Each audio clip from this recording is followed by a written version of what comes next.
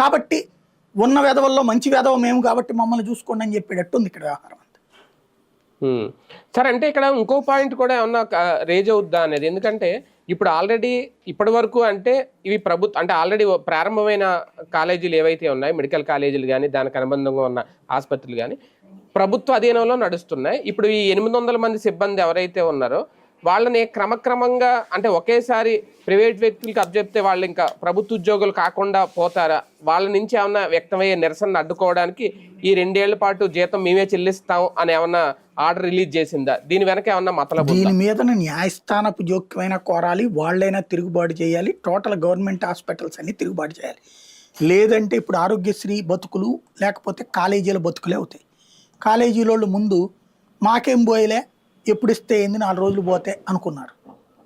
చివరికి అసలు ఆ పథకం ఉంటుందో లేదో తేలట్లే. ఇప్పుడు ఒకప్పుడు ఎవడికాడు ఫీజు కట్టగలిగినోడు చేరేవాడు కాలేజీలో. అలాంటి స్టేజ్ నుంచి ఇవాళ రోజున డబ్బులు లేకపోతే ప్రభుత్వం మీద డిపెండ్ అయిపోయి ఇప్పుడు ప్రభుత్వం ఇవ్వకపోతే ఆ కాలేజీ నడవని బతుకులు అయిపోయింది. ఇవాళ రోజు విద్యార్థులు కూడా కొన్ని రోజులకి అలవాటు అయిపోతుంది సార్, ఇంకా ప్రభుత్వం నుంచి ఎలాంటి రియంబర్స్మెంట్ రాదు, డబ్బులు ఉంటే చదువుకోవడం లేదంటే లేదు, అలా అలవాటు. వ్యవస్థ నాశనమైంది, వాడు నాశనం అయ్యాడు. ఇప్పుడు ప్రైవేట్ హాస్పిటల్ అట్లాగే డబ్బులు 4 రోజులకు పోయినా వస్తేలే అనుకుని మొదట్లో ఎందుకు పెట్టారు అసలు? నాకు మొన్న ఒక డాక్టర్ గారు మాట్లాడుకొచ్చారనమాట.